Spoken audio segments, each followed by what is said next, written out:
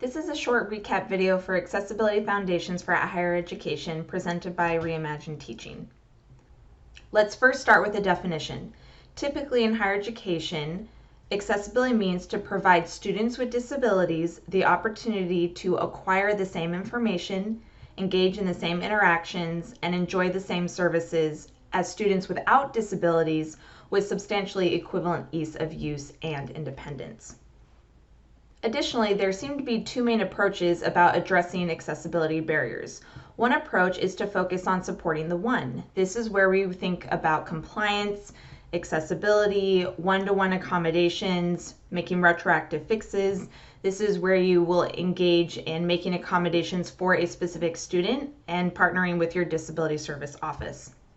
Another approach that has gained more popularity over the years is this idea of supporting all students and understanding the connection of accessibility barriers impacting all different types of learners. So with this approach, we often hear more phrases like access, inclusive course design, universal design for learning, and being proactive. So let's talk about some specifics. In our classrooms these days, we know that we have a diverse 21st century learners.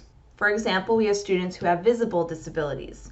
We have students who are parents. We have international students, non-traditional students, students with temporary disabilities, students who use mobile devices, first-generation students, students who rely on commuting. We also have students who have invisible disabilities where you can't tell simply by looking at someone how they interact with the world or how they learn. If we think about these types of learners, we can better appreciate things like the idea of making sure our videos are usable. For example, if we have an inaccessible video, that definitely will impact students who are deaf or who are hard of hearing. However, students who are parents may appreciate having captions on videos when they're trying to consume their academic lectures late at night while their child is sleeping. So they can keep the volume down low but still access the information in the video. Another example are international students.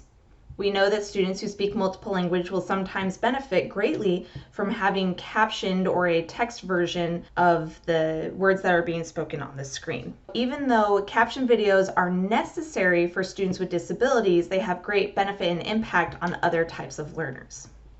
There's also different factors in learning. Gone are the days where students would show up to the same building, sit in the same desk, listen, and take notes with pen and paper.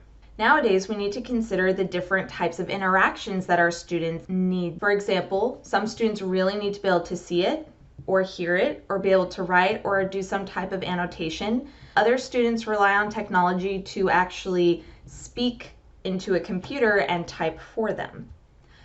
Also, the environments in which students learn may dictate the type of learning that can happen. So for example, if a student is at home in their own private space, they can listen to audio lectures, they can take notes, they have a lot of control and a lot of flexibility.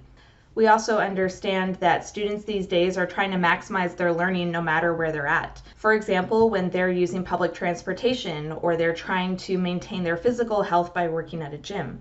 So the environment very much has an impact on what students can learn and how they can learn it. Last comment is devices. We definitely know that there are certain tasks that are easier to do with certain types of devices. For example, if I'm going to write a research paper, I would prefer to do that on a laptop. Doing that on a phone is going to be much more cumbersome and even time consuming.